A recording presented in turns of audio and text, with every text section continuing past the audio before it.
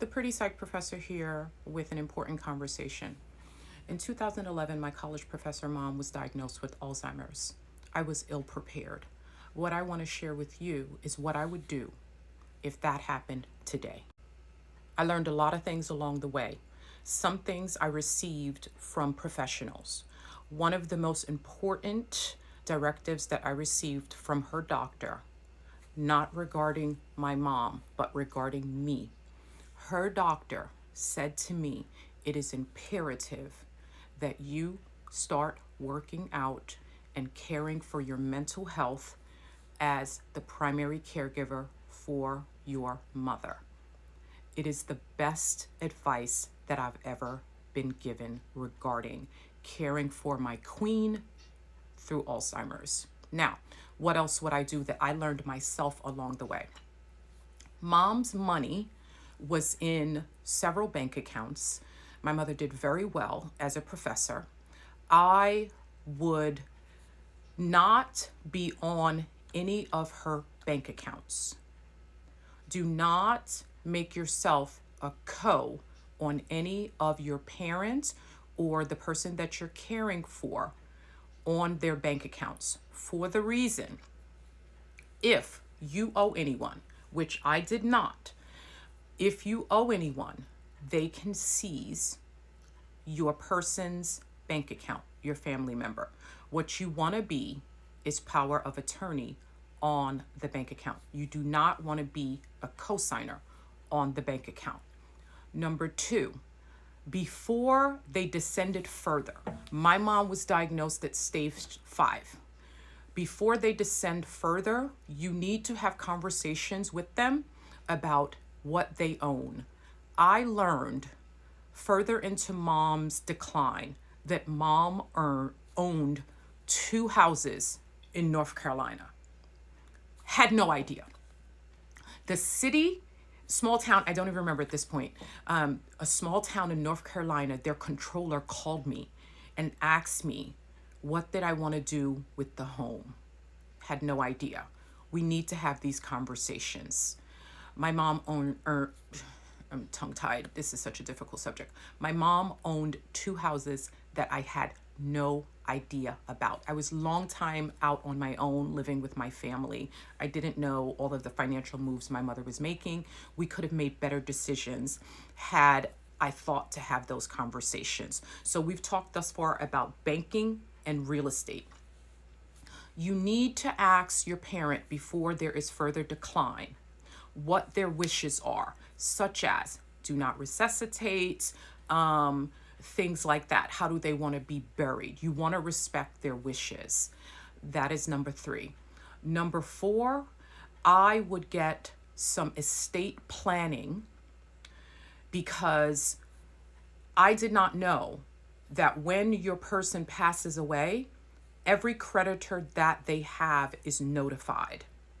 Therefore, it is set up so that the banks or whoever mom owes gets paid first. Therefore, financial planning is necessary so you're aware of your person's creditors. My mom didn't owe anyone, but nevertheless, that money was held. All of her money was held until all of her creditors were able to get back to the bank that held the money, stating, this woman doesn't owe anything, you can release the money. I'm going to end with this, and you can let me know if there's anything more that you might be interested in hearing. I cared for my mom for 4 years. A little emotional there. It is the work that I am most proud of. I would do it again.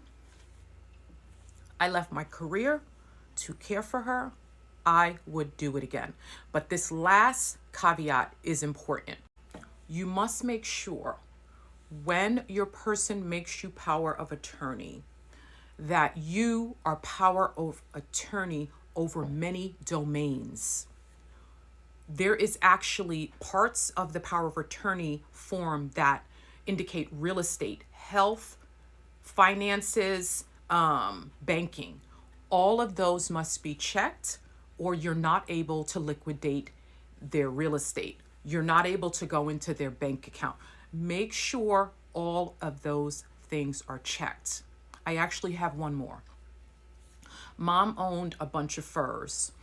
And we put them in in fur storage when mom was still able to sign. My mom had amazing penmanship.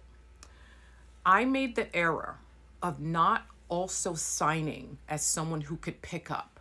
She was the only one who signed as someone who could pick up. Obviously, with declining Alzheimer's dementia, she wasn't going to be doing that. If I had it to do all over again, I would put my name on that form. Why? Because when mom passed away, and I continued to pay for fur storage on her furs with my own credit card.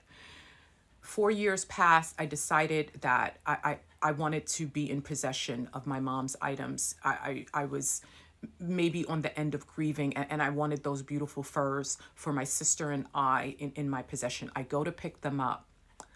Power of attorney was on file. I learned that power of attorney dies with the person.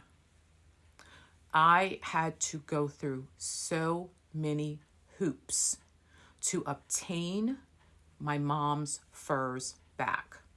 Macy's Fur Storage let me know that if my mom did not have a will, then I could not be given the furs. She would have to come pick them up.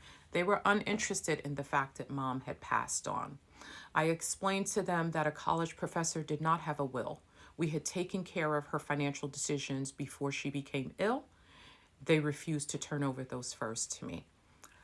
Let me know if you want to hear how I forced Macy's to turn over my mom's furs. These are just a couple of things that I would do if I needed to start the process of caring for my queen, for the woman that cared for me, for the woman whose image that I am made in.